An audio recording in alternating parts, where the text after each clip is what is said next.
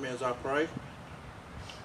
Almighty God, Father of all mankind and Judge of our nations, we pray to you, God, our work and in all our days. Send peace to our nation. Hasten the fulfillment of thy promise of peace that shall have no end. We pray for those who serve the people and guard the public welfare, that by thy blessing they may be enabled to discharge their duties honestly and well. We pray for our comrades that by thy help they may observe the strictest justice, keep alight the fires of freedom, strive earnestly for the spirit of democracy, and preserve untarnished our loyalty to our country and to thee. Finally, O God of mercy, we ask thy blessing and comfort for those comrades who are suffering mental and physical disability. Cheer them the blessings of health and happiness. Amen. Amen.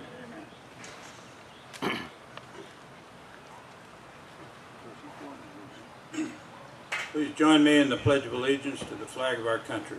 I pledge allegiance to the flag of the United States of America and to the republic for which it stands, one nation, under God, indivisible, with liberty and justice for all. Our national anthem will be sung here shortly. I'm going to let Sondra Hunt come up and tell you a little bit about what happened.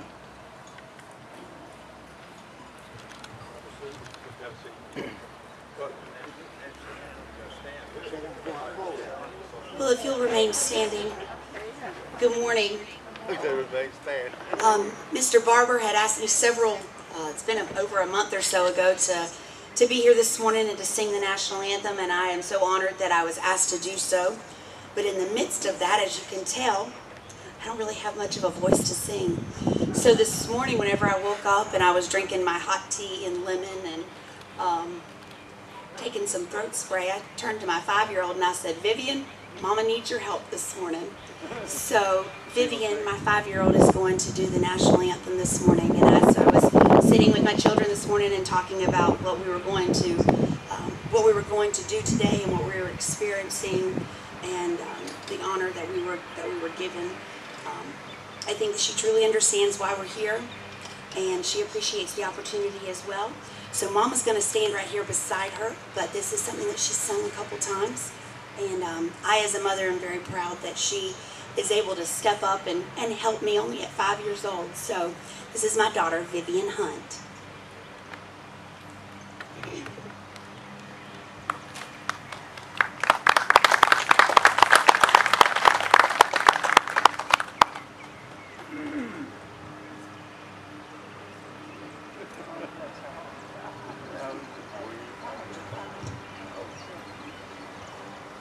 Oh, say, can you see by the dawn's early light what so proudly we hailed at the twilight's last gleaming, whose broad stripes and bright stars rule the perilous fight o'er the ramparts we watched were so gallantly streaming, and the rocket river one was bursting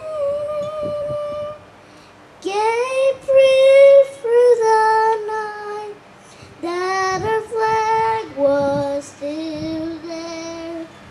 Oh, say drugs and a stars spangled banner yet wave o'er the land of the free and the home of the brave.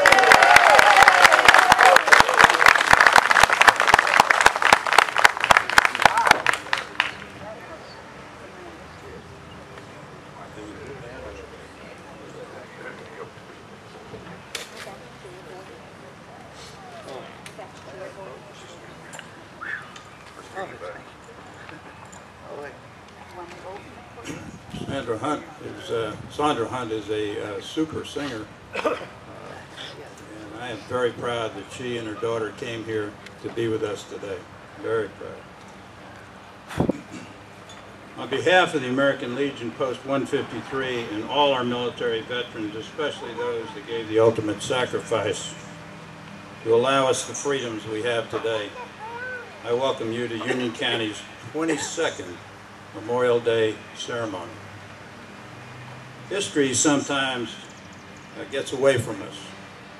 Mr. Billy McGill asked me, as the commander of the American Legion Post 153, who the first commander was of the post. I had no earthly idea who he was. The history had been buried somewhere. So after doing some research and with the help of the Shad family, I came up with this. Daniel Lester D.L. Shad, first commander of the American Legion Post 153 in Lake Butler, Florida. D.L. Shad was born August the 8th, 1930, and he died November the 30th, 1999. D.L. had 4 brothers and 1 sister, Lehman, Liam, Lowell, Leslie, and Wanda. D.L. was a very good high school football player and was well known in Union County. The Korean War began on June 25, 1950, when North Korea invaded South Korea, causing many Americans to enlist in the military. Lehman, the oldest Shad brother, was in the Merchant Marines, which became part of the Coast Guard during the Korean conflict. D.L. Shad and Lynn Shad preceded Lowell Shad into the active duty. D.L. Shad joined the Air Force and after training shipped out to Korea. When the Korean War ended on 27 July 1953, D.L. was a staff sergeant and was discharged. He returned to Rayford, Florida and became the first commander of the American Legion Post 153 in Lake Butler, Florida. Now there's more to this than I just read, but I think it's important that, that the history of D.L. Shad be brought to your attention.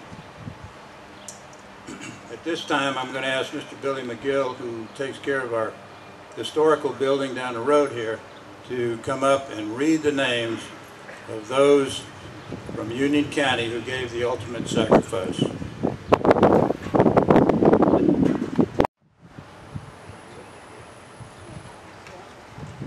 Good morning, Union County. We're all glad to be here, I'm sure. Some of us more than others that we want to recognize those that men that are named on the monument out here. Most of us never stop to look at it. Some we might look at them as we go by. But do you know those guys? I grew up in high school out here, and some of them were just 11th and 12th graders. So we're kind of looking at this list. The first one you see there is Mr. Langford, and his brother lived across the street from me, and his mother also. His father was killed as a sheriff in Bradford County. He was raised right here in Lake Butler, buried out in Deacle Cemetery. I have a real good report that he sent his mother, a machine gun operator, and was killed in battle. The next one we see down here is Herman Bryan. He was from Rayford. Gordon Coffin, that's a funny name.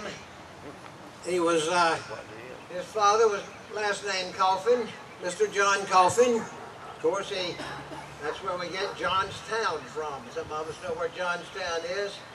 And also, Mr.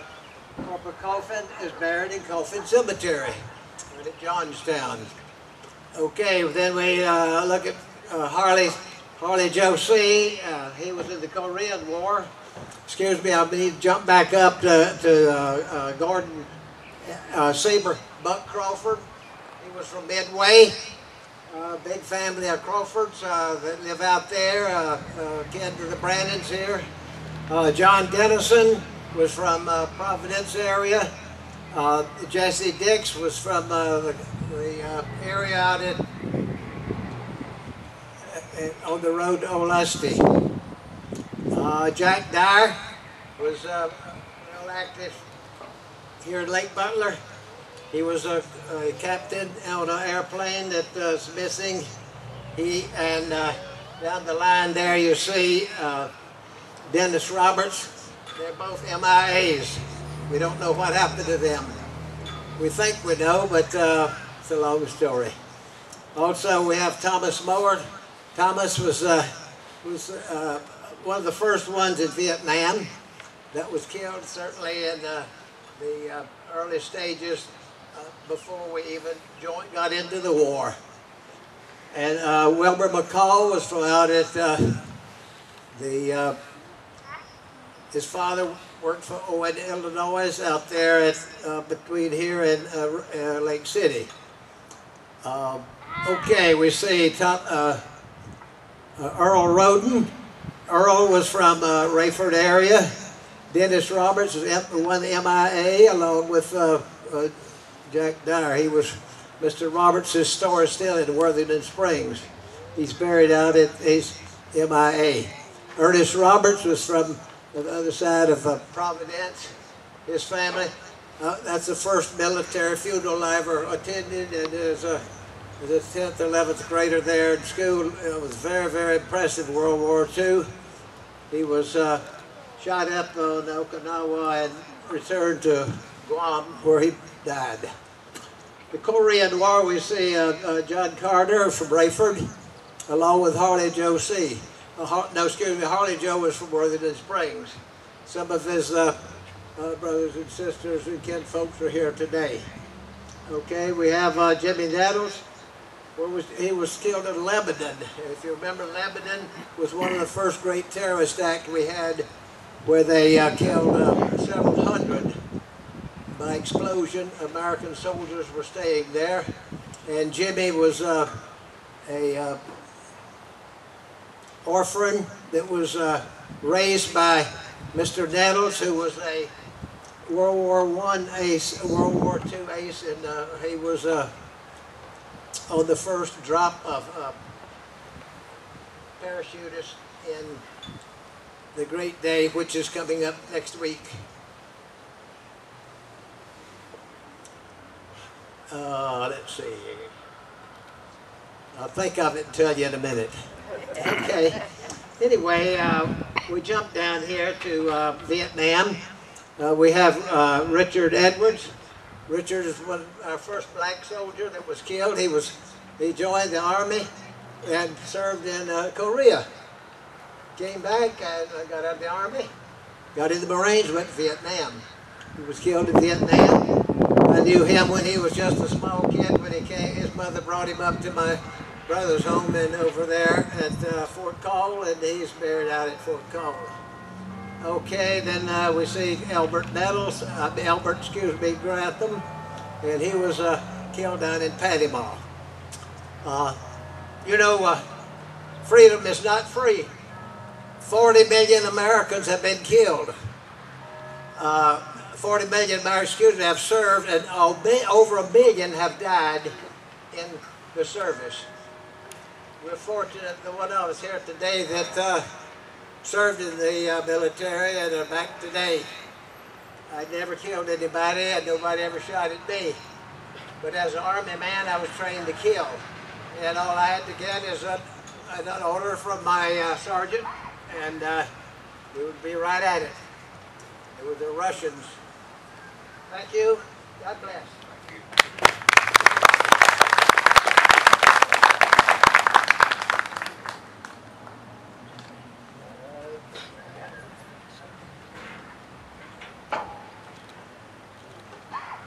Major Mitchell Bishop was born and raised in Union County and is a 1999 Union County High School graduate. He's a Florida State graduate and has been a member of the Florida Bar Association since 2007. He volunteered and has served this great nation for 11 years in the United States Marine Corps in active and reserve status. He has also served 3 years with the Attorney General's office and 3 years with the State Attorney's office. To me, Major Bishop is a hometown hero. Please welcome Major Mitchell Bishop.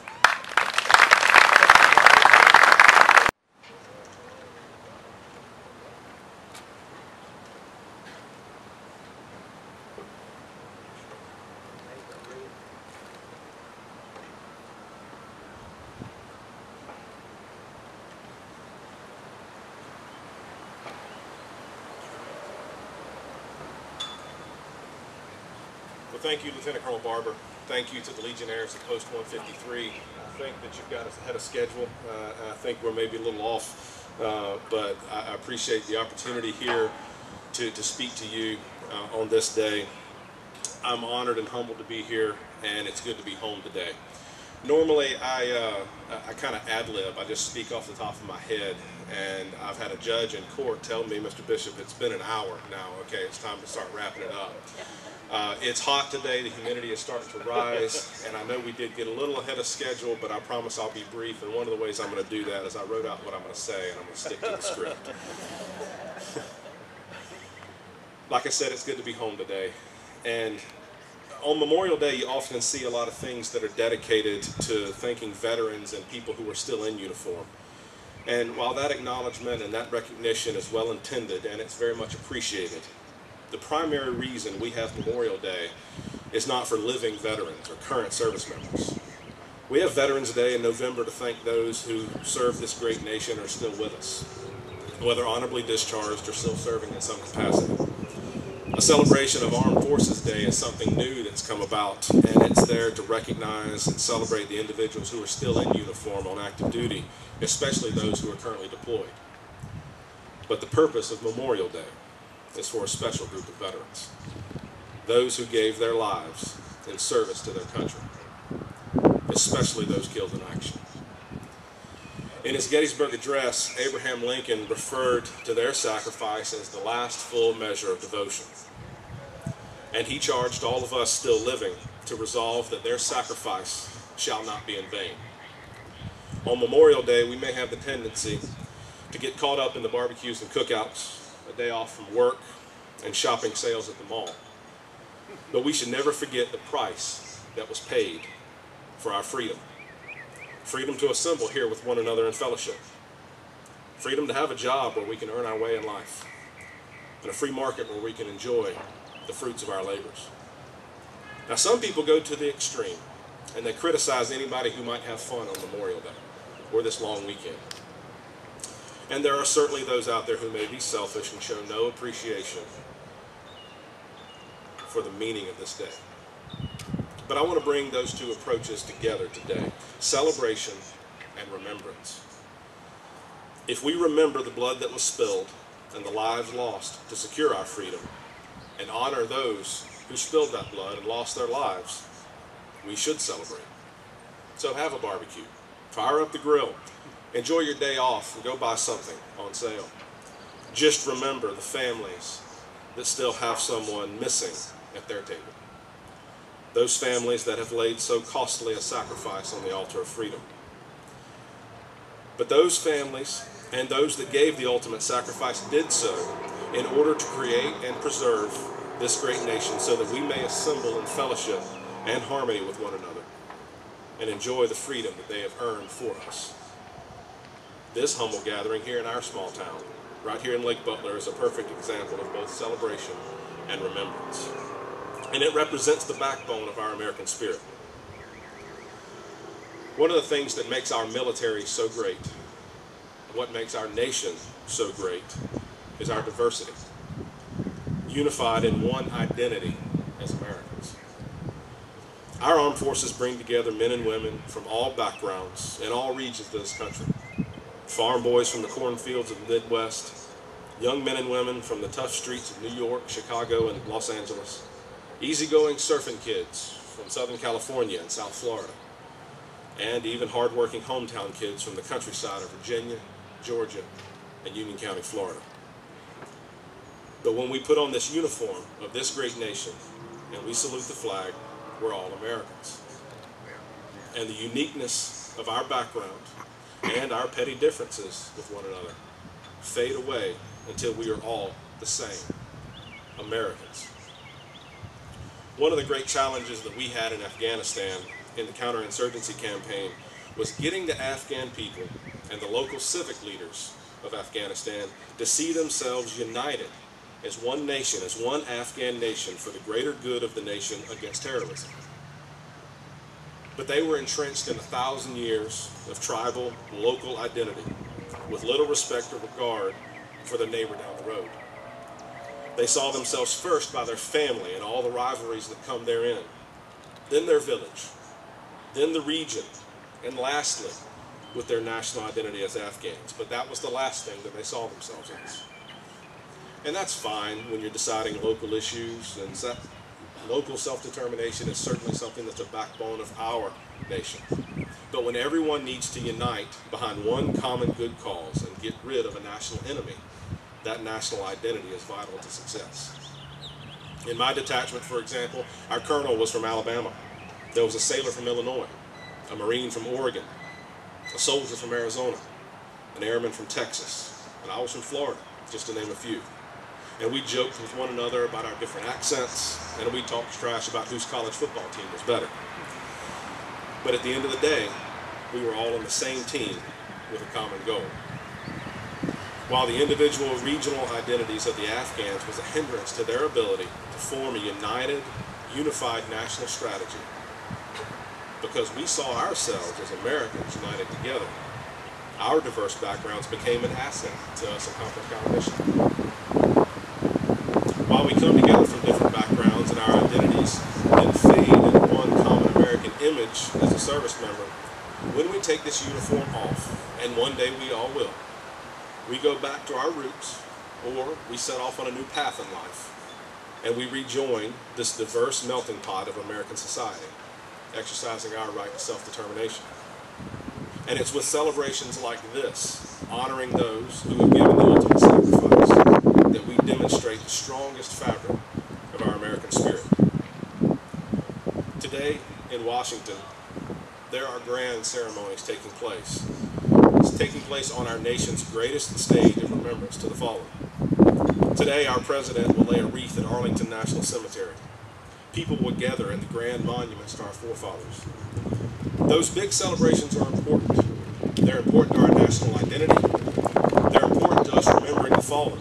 And of course, if you haven't been to Arlington, you should. It's a breathtaking monument to our heroes. But we have wonderful monuments and wonderful veteran cemeteries right here close by, just around the corner. The Jacksonville National Cemetery, the St. Augustine National Cemetery, right next to our Florida National Guard headquarters.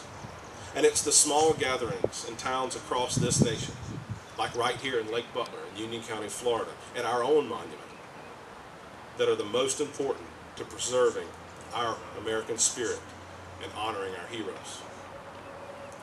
In the book, The Greatest Generation, the author concludes by describing his struggle over how to commemorate and recognize a generation of veterans and heroes that made such a great sacrifice for freedom.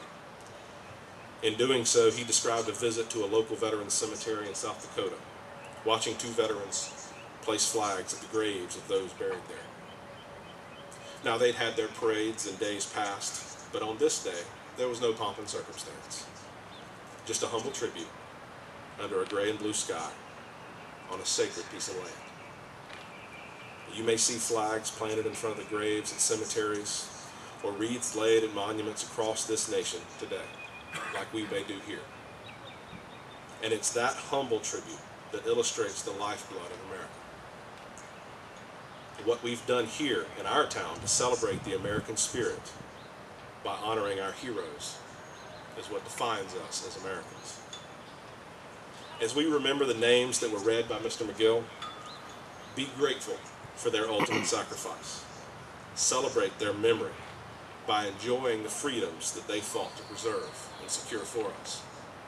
If we do that, if we keep gathering from time to time to pay tribute to our heroes, we will have honored those who gave that last full measure of devotion to our country. And we will have honored their families who laid that costly sacrifice on the altar of freedom. And with that, we have resolved that they have not died in vain. And as we honor them, remember them, and celebrate them, we have fortified the American spirit once more, ensuring that despite our differences, this remains the greatest nation and a beacon of light for freedom for everyone. Thank you for the honor to speak today. I appreciate it. It's good to be home. God bless you all. And God bless the United States of America.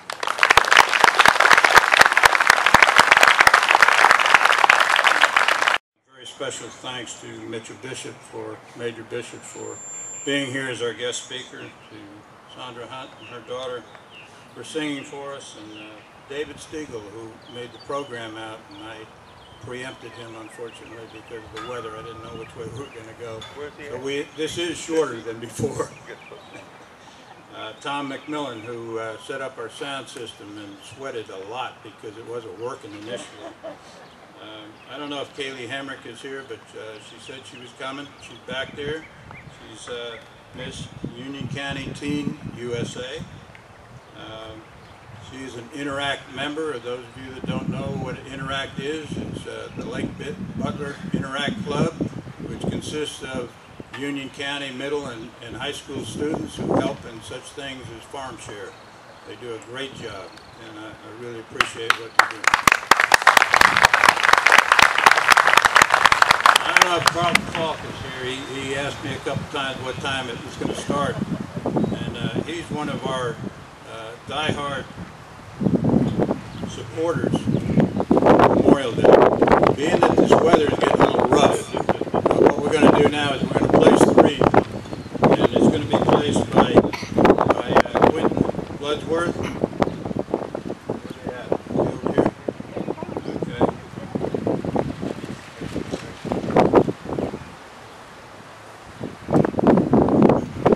And Lynn Shedd. Both of them are going to place the wreath in front of the monument.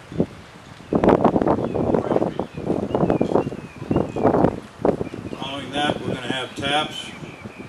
The volunteer trumpet players are Caleb Hopkins and Jonathan Schmidt.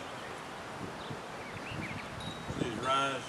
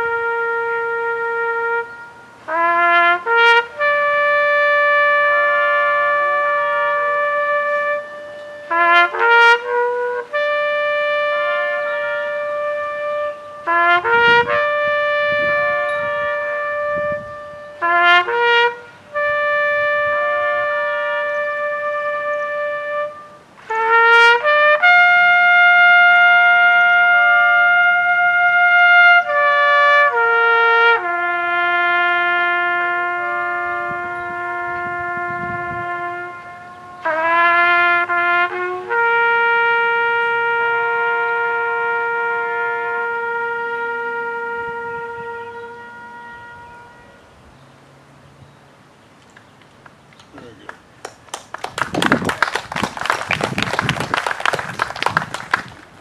Before I leave this podium and before we dismiss, I want to give Major Mitchell a Marine Corps coin. Now, I'm an Army man, but I'm going to give it to him anyway because I can't find the certificate that we had made up for him, thanking him for being our guest speaker. It's around here somewhere.